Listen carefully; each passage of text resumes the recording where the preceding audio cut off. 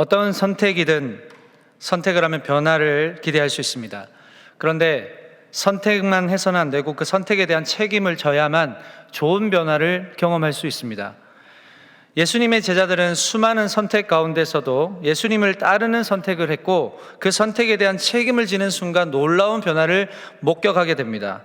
여기에서 말하는 책임이라는 것은 곧 제자로서 살아내겠다는 열정과 사모하는 마음입니다.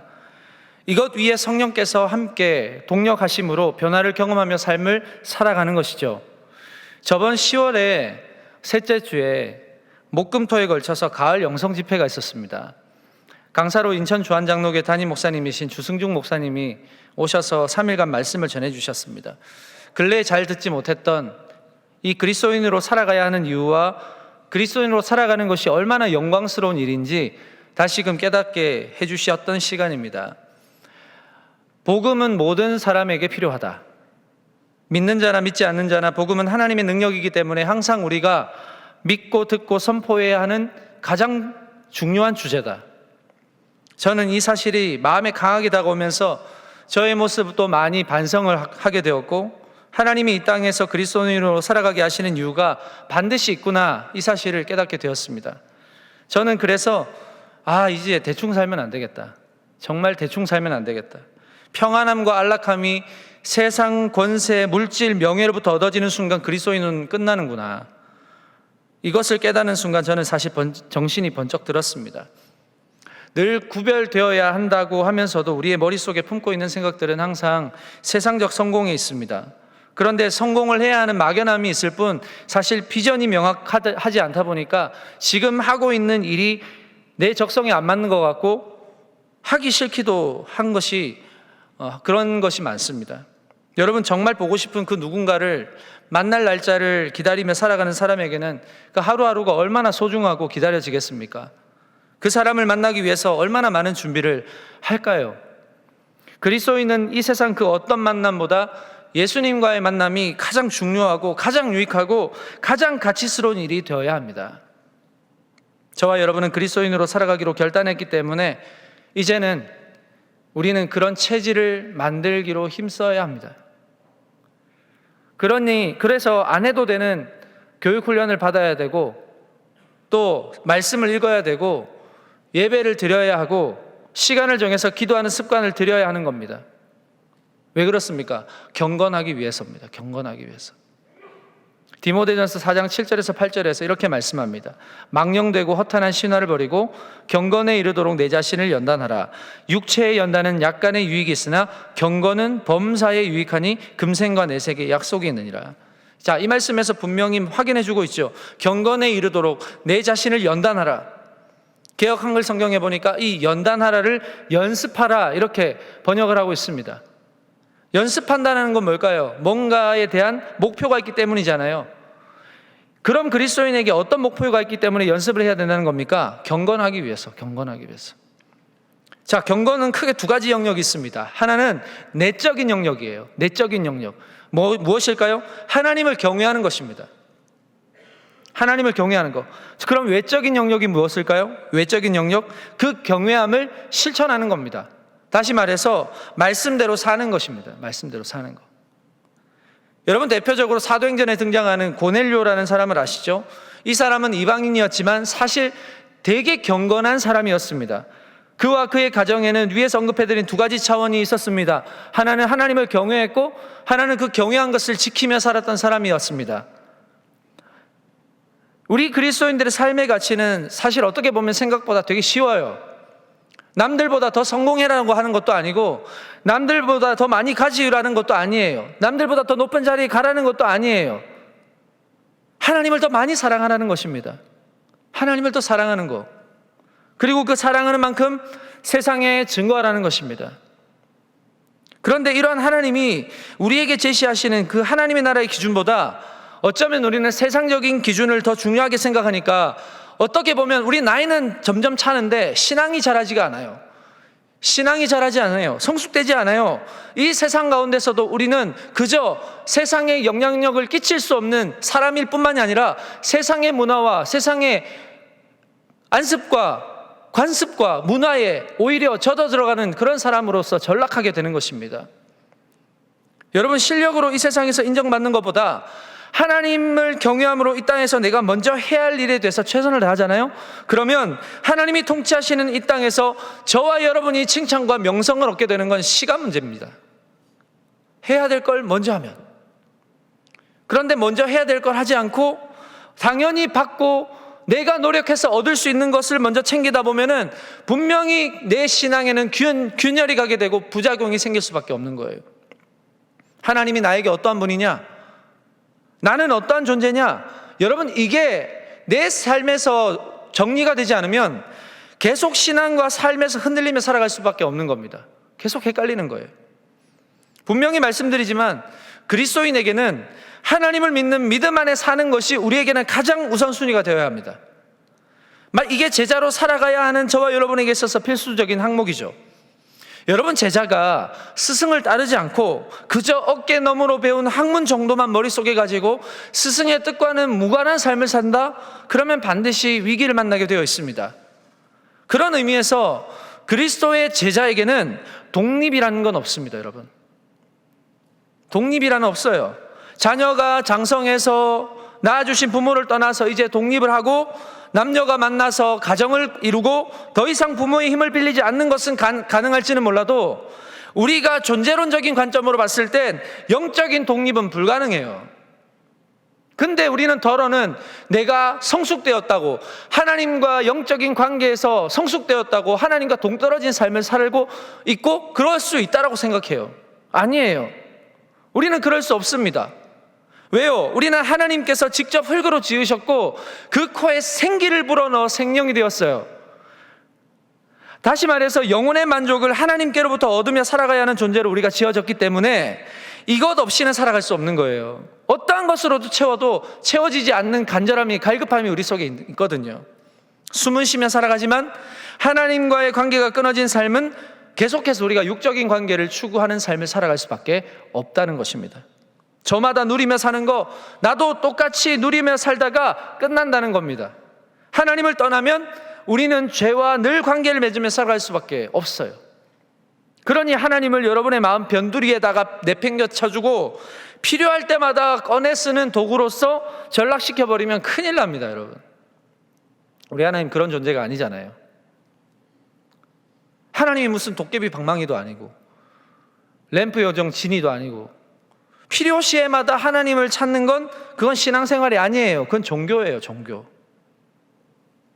하나님은 종교가 아닙니다. 하나님은 인격이십니다. 나와 늘 함께하기를 원하십니다. 때로는 친구처럼, 때로는 스승과 제자처럼, 때로는 주인과 종처럼, 때로는 사랑하는 신랑과 신부처럼 한시라도 떨어지지 않고 하나님 안에서 관계를 맺고 포도나무와 가지처럼 하나 되어 살아가는 것, 이게 신앙생활이거든요.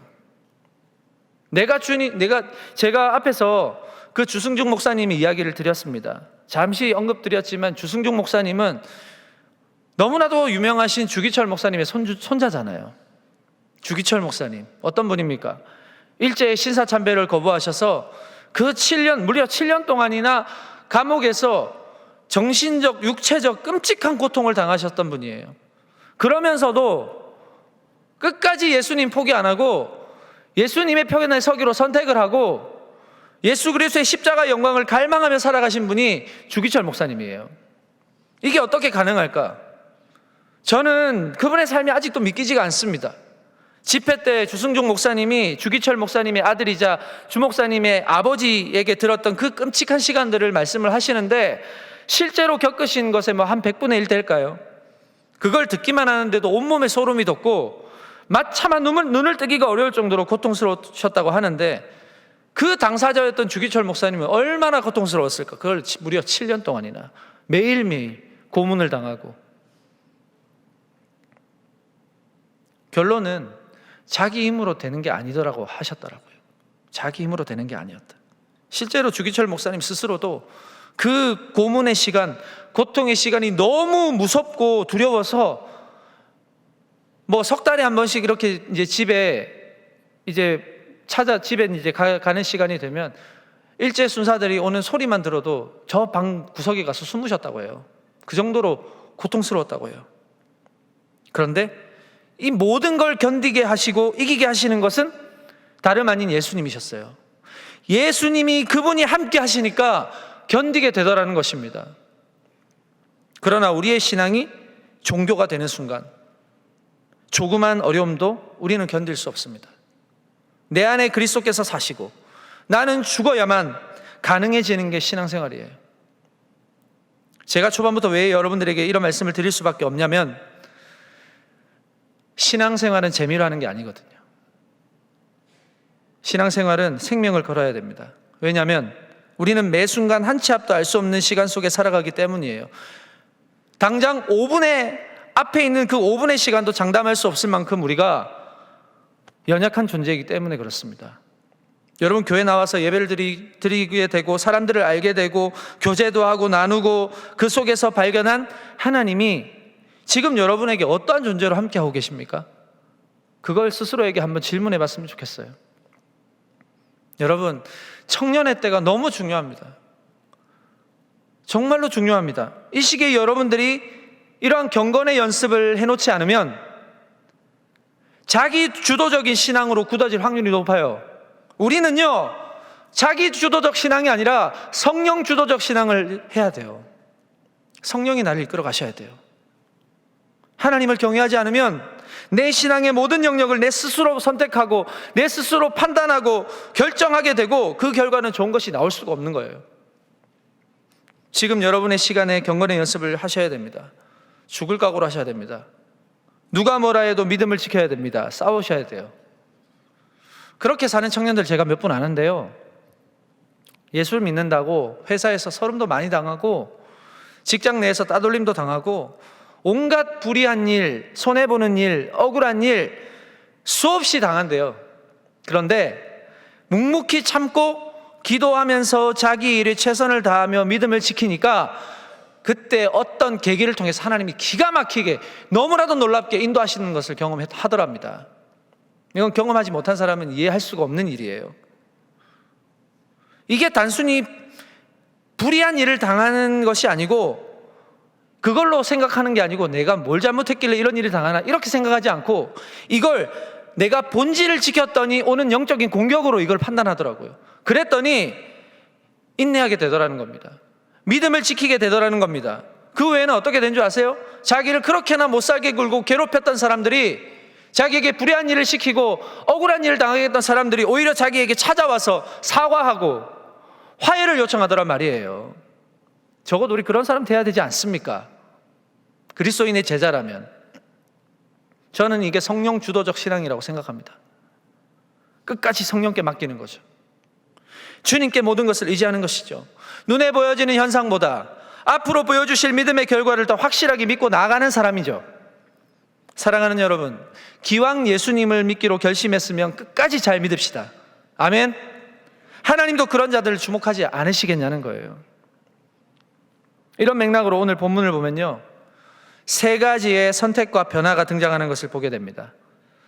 첫째가 레위가 예수님을 따르는 거예요. 레위가 예수님을 선택한 거예요. 두 번째가 바리새인과 서기관들이 선택한 거예요. 세 번째는 예수님의 새 옷과 새 부대 비유를 통해서 나오는 선택과 변화예요. 오늘 세 가지를 한번 좀 살펴봤으면 좋겠습니다. 자, 첫째로 먼저 레위라는 세리에게 나타나신 예수님께서는 나를 따르라고 하시는데, 레위가 어떤 선택을 하고 있습니까? 자, 오늘 본문 누가복음 5장 27절인데요 이렇게 말하죠. 그가 모든 것을 버리고 일어나 따르니라. 여러분, 당시 세리라고 하는 직업이 주는 명과 암이 있습니다. 한쪽은요, 막대한 세금을 부과해서 일정 금액을 로마 정부에 다 갖다 바치고 나머지는 자기들 마음대로 편취해서 그것으로 부를 축적하는 거예요. 나머지 한쪽은 이러한 부당하게 거둔 세금으로 부를 축적하기 때문에 유대 사회에서는 이 세리라는 직업이 너무나도 부정하고 불의한 존재로, 사람 취급도 제대로 받지 못하는 그런 존재로 항상 사람 사이에서 외롭고 또 고독한 삶을 살았다는 거, 이게 명암이에요. 이 세리라는 직업이 주는 물질적인 혜택과 그에 따른 영적, 정신적 압박이 동시에 레위 자신을 괴롭히고 있을 때 예수님께서 나타나신 것이고 나를 따르라 라고 말씀을 하신 상황입니다. 자, 그는 주저없이 예수님을 따르기로 선택했습니다. 지금 레위가 내가 세리로 살고 있는 지금의 삶이 좋으면 굳이 예수님을 따를 이유가 없어요. 그런데 레위의 영혼이, 레위 속에 있는 그 내면의 상태가 막 울부짖고 소리를 치고 있었던 거예요. 그는 모든 것을 버리고 예수님을 따릅니다.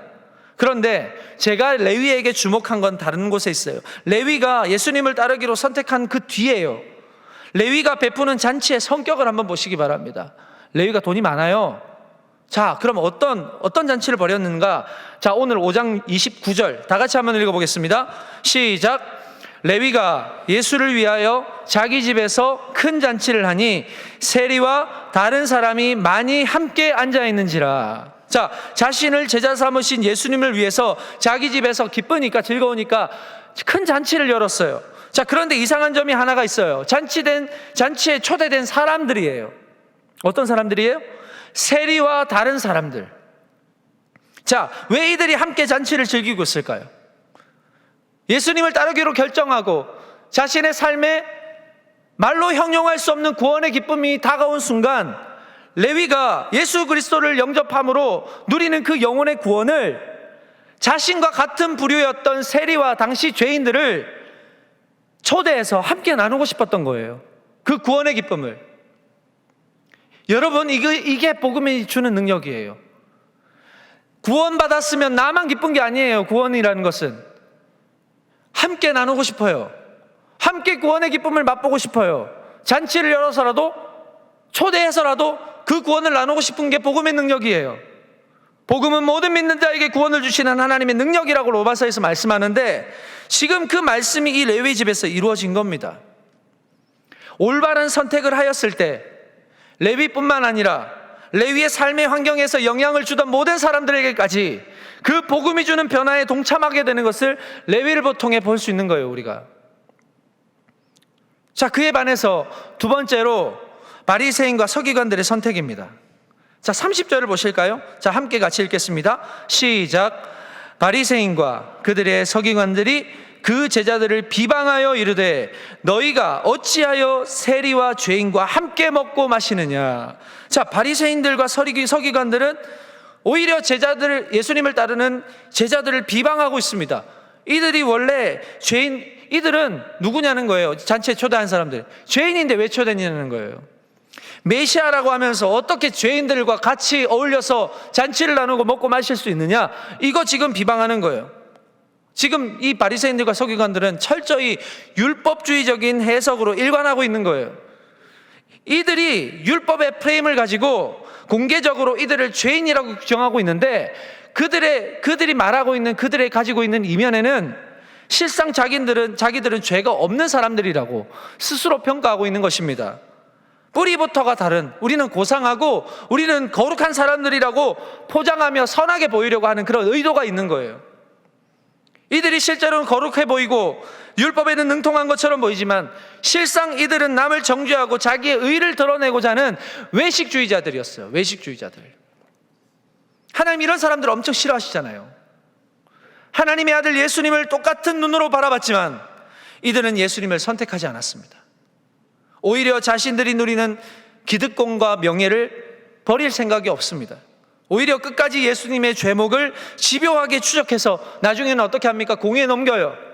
공의에 넘겨서 사형 언도를 받게 하고 결국은 예수님을 십자가에 못 박게 되는 선택을 하게 되는 겁니다. 셋째로, 자, 이제 예수님의 비유를 통해서 보는 선택이에요. 자, 이 바리새인들과 서기관들이 말을 듣고 나서 예수님이 하시는 비유가 있어요. 그게 뭐냐면 두 가지 비유를 소개합니다. 하나는 새 옷의 비유예요. 새 옷 비유. 자, 36절 말씀 다 같이 읽어보겠습니다. 시작. 또 비유하여 이르시되 새 옷에서 한 조각을 찢어 낡은 옷에 붙이는 자가 없나니 만일 그렇게 하면 새 옷을 찢을 뿐이요 또 새 옷에서 찢은 조각이 낡은 것에 어울리지 아니하리라. 자, 이건 신앙의 경직성을 말합니다. 신앙이 너무 경직됐다는 거예요. 새로운 것에 대해서 경직된 태도로 예수님을 바라봤던 바리새인들이 구원자로 오신 이 메시아를 알아보지 못하는 거예요.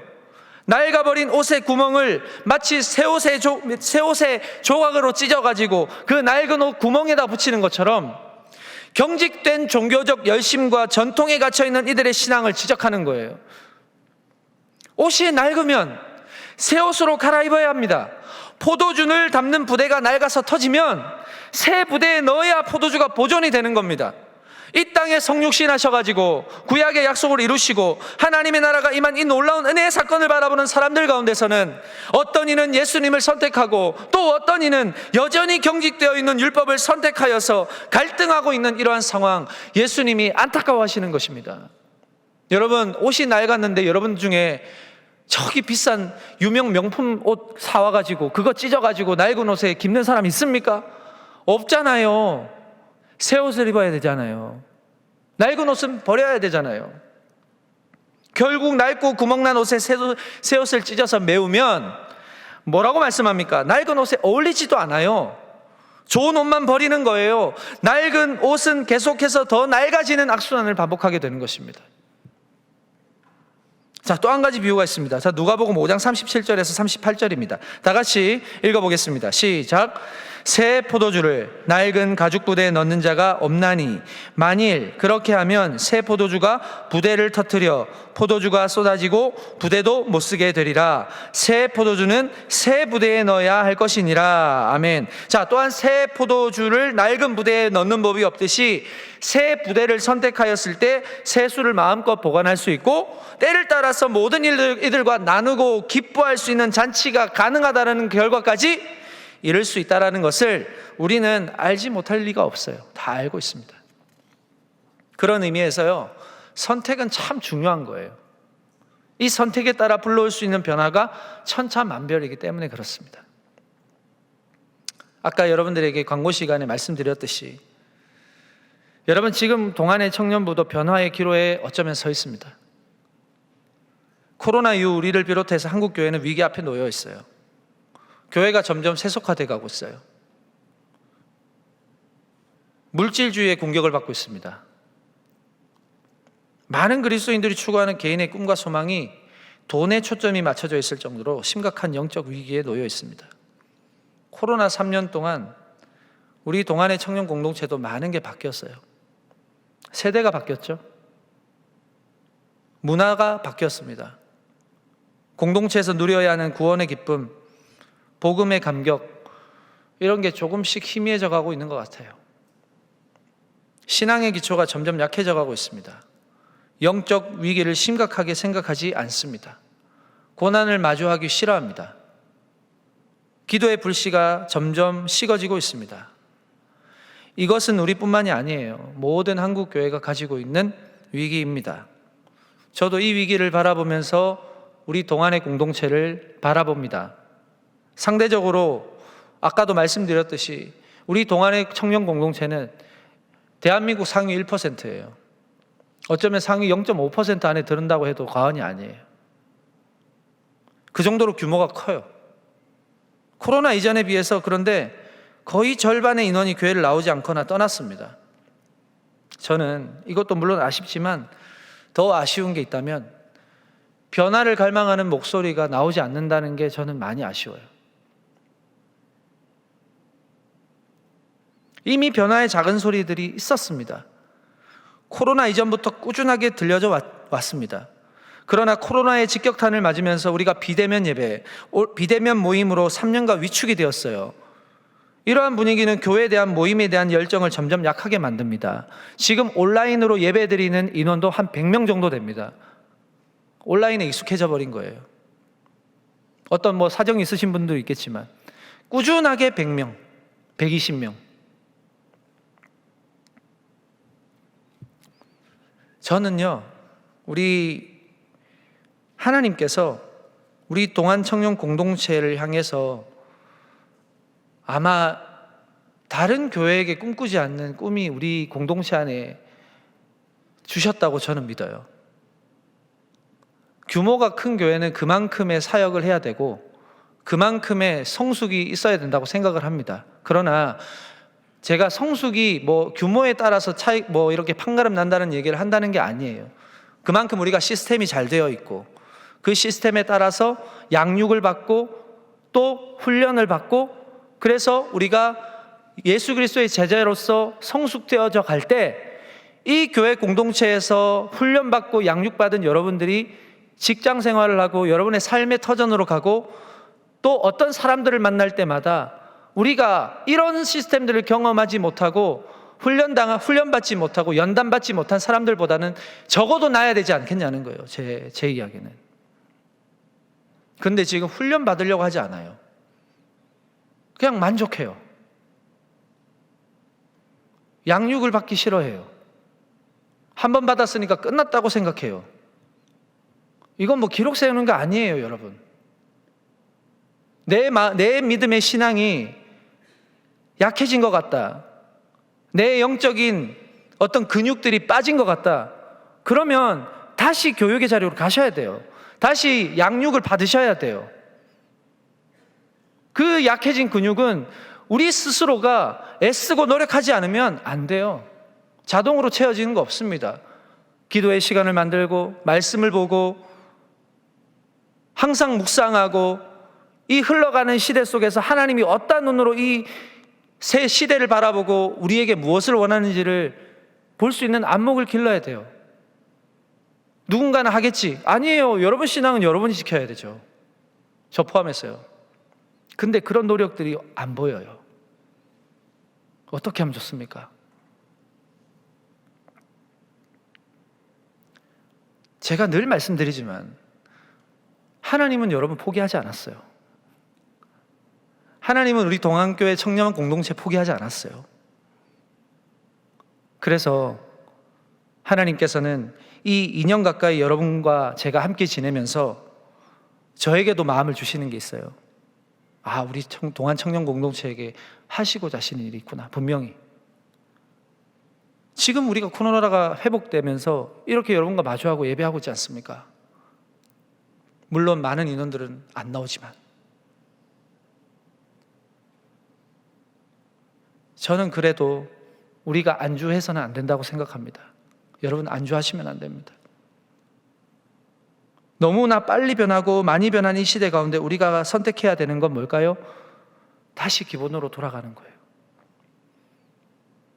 기초 흔들리면 큰일 납니다. 기초 흔들려가지고 비대칭으로 이렇게 올라갈수록 무거운 상황은 금방 넘어지죠. 여러분, 예수님께서 12제자를 부르시고 이들을 가르치시고 훈련시키시고 성장시키셨던 그 소그룹을 통한 영적 성숙이 지금 필요해요. 소그룹을 인도할 리더십들이 지금 이제 엄청난 훈련과 양육을 통해서 셀원들을 건강하게 할 수 있는 리더십들이 필요합니다. 지금 우리 안에서 일어나야 돼요. 그래야 다른 리더십들을 세울 수 있어요. 우리가 좋은 영향력을 끼칠 수 있습니다. 더 이상 주일용 출석 교인이 되시면 안 됩니다. 오늘 예배 마치고 바로 집으로 가시면 안 돼요. 그럴 예정에 계신 분들에겐 죄송하지만 부서 가셔야 돼요. 셀 모임 하셔야 돼요. 우리는 그럼 똑같이 되는 거예요.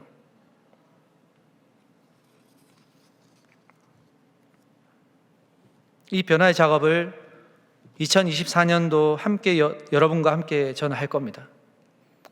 더는 경직되고 안주하는 신앙생활을 벗어나서 더 능동적이고 더 적극적으로 여러분 예수님의 제자가 되기 위해서 우리는 한 발 더 말씀 앞으로, 한 걸음 더 기도의 자리로, 함께 예배 앞으로, 복음 앞으로 나아가야 돼요.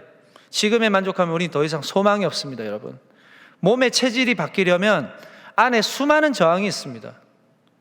여기저기에서 변화에 대한 저항이 있을 거예요. 그러나 여러분 버텨주십시오. 함께 버텨주십시오. 그리고 변화하기로 선택해 주십시오. 저는 꿈이 있어요. 그리고 확신이 있어요. 여러분들 한 사람이 10,000명을 담당할 수 있는 그런 영적인 거장이 되기 바랍니다. 그래서 이 땅의 청년들과 여러분의 삶의 현장에 놀라운 영향력을 끼치는 빛과 소금이 될 줄로 저는 확신합니다. 그 믿음이 있기 때문에 오늘 여러분들에게 이 말씀을 드리는 거예요.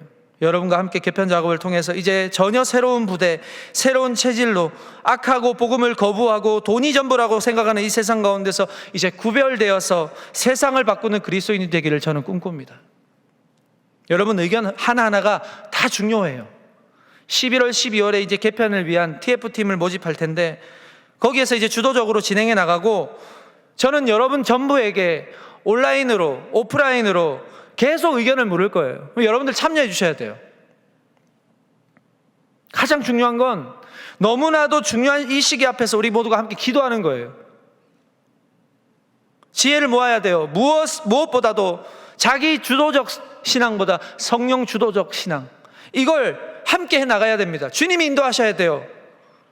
그리고 작업이 끝난 다음 2025년부터는 정말로 변화된 조직과 구조, 그리고 그 안에서 새롭게 재편될 교육과 양육, 사역으로 다시금 그리스도의 제자로 부흥하게 하실 하나님의 때를 기다리고 기도하며 나아갈 겁니다. 말씀을 정리하겠습니다. 선택은 우리가 항상 하는 것이지만 중요한 선택을 할 때가 종종 있습니다. 인생이 바뀔 선택의 순간도 있고 생사가 바뀌는 선택을 하는 순간들도 있습니다. 여러분, 오늘 레위처럼 모든 걸 다 버리고 예수님을 따를 때 그를 통해 예수 그리스도의 복음, 그 구원의 기쁨이 죄인들에게 다 나눠진 것처럼, 그들도 구원의 기쁨을 맛본 것처럼, 바리새인들과 서기관들은 끝내 율법을 포기하지 못하고 경직된 신앙으로 일관했을 때 어떻게 되었습니까? 메시아를 죽였어요. 여러분, 새 옷, 새 가죽 부대의 튼튼함과 깨끗함이 있어야 내용물도 잘 보존할 수가 있습니다. 저와 여러분이라는 이 복음의 통로, 깨끗해야 돼요. 거룩해야 돼요. 튼튼해야 됩니다. 그래야 주님의 거룩하신 복음의 그 놀라운 열매가 여러분들 통해서 흘러갈 수 있어요. 우리를 통해서 변질되면 안 되잖아요. 물론 우리가 개편을 한다고 해서, 개편이란 새 옷을 입는다고 해서 우리 모두가 새롭게 되는 게 아닙니다. 하지만 때가 되었을 때 변화를 주고 그 변화의 좋은 것을 우리가 받아들일 때 더 좋은 것이 나올 거라고 저는 생각해요. 우리의 마음가짐도 새롭게 할 수 있다는 것에 대해서 저는 지금부터 너무나도 기대가 되고 어떻게 인도하실지에 대해서 기다려집니다. 여러분, 복음은 저와 여러분을 통해서 흘러갑니다. 저와 여러분이 지금 낡은 옷을 입고 있는지, 낡은 가죽 부대의 상태인지를 살펴보는 게 참 중요합니다. 개편도 개편이지만 여러분 개인을 한번 보십시오. 여러분의 현재 신앙과 삶에 내가 복음에 얼마나 주도당하고 있는가, 성령이 얼마나 이끌려가고 있는가, 이거 점검하고 이제는 내가 안주하고 낡은 상태에 있는 그 새 옷을, 그 낡은 옷을 새 옷을 찢어가지고 메우는 것이 아니고 다시금 성령 안에서 새롭게 거듭나고 말씀 안에서 엎드리고 주님 안에서 하나가 됨을 통해서 이제 복음이 이 세상에서 건강하고 생명력 있게 흘러가서 우리뿐만이 아니라 우리를 바라보는 많은 사람들, 많은 청년들을 주님께로 돌아오게 하는 저와 여러분의 삶이 될 수 있기를 축복합니다. 여러분, 잘 선택하여서 책임 있게 감당하고 그 결과를 우리 눈으로 보자고요. 저는 확신합니다. 아름다운 결과가 나올 것을 믿습니다. 그런 놀라운 변화 앞에 모두가 함께 마음을 모아서 기도하고 함께 책임 있게 감당해 나가는 우리 동안의 모든 청년 공동체 될 수 있기를 주님의 이름으로 축복합니다. 기도하겠습니다. 하나님, 감사합니다.